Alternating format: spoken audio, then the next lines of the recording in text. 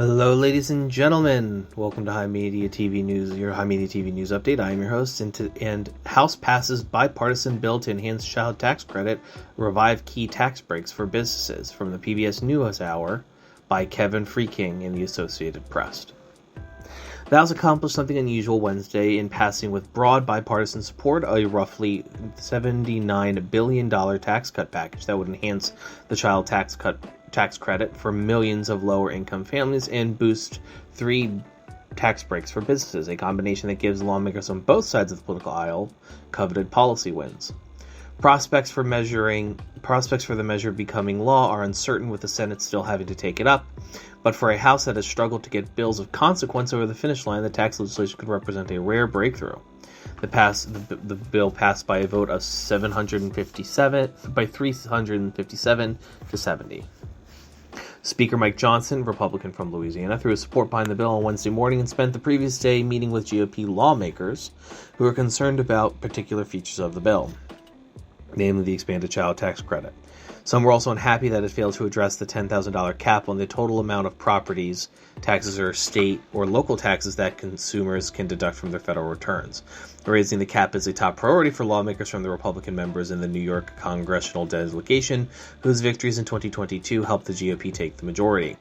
Johnson committed to moving a bill that addresses the cap, but there's no bill in text legislation yet, and legislation would have to move through the House Rules Committee, which leaves timing very much in flux. Athena Lawson, a spokeswoman for Johnson, said the Speaker and the Chairman of the House Ways and Means Committee, Representative Jason Smith, Republican from Montana, agreed to work with lawmakers to find a path forward. So, what do we have here? By and large, I do not like it when businesses get more tax breaks. They need to pay more taxes, but people are so fucking desperate at the moment that the child tax credit is admittedly something that is really most certainly needed. Regardless, my own personal opinions aside, I think this is a decent bill. It's going to give Democrats something to point at and say, hey, we did good, but the elephant of Israel-Palestine is still in the room, so we'll see what ends up happening. Also, this doesn't actually help anything for younger voters. Most Gen Zers do not have children. Most Gen Zers by the time the next midterm election comes around, the oldest Gen Zers, which is, I believe, 1995.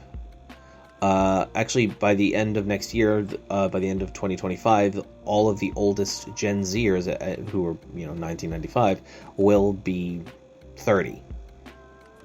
And as time passes on, it's showing that people in my generation, Gen Z, are not having children at the same rate as as our elder generation. So, that being said, it remains to be seen.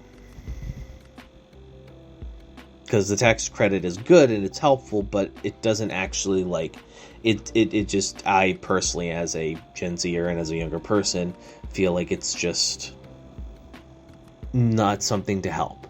It doesn't help me, it doesn't help me, my life, it doesn't help me and my friends' lives.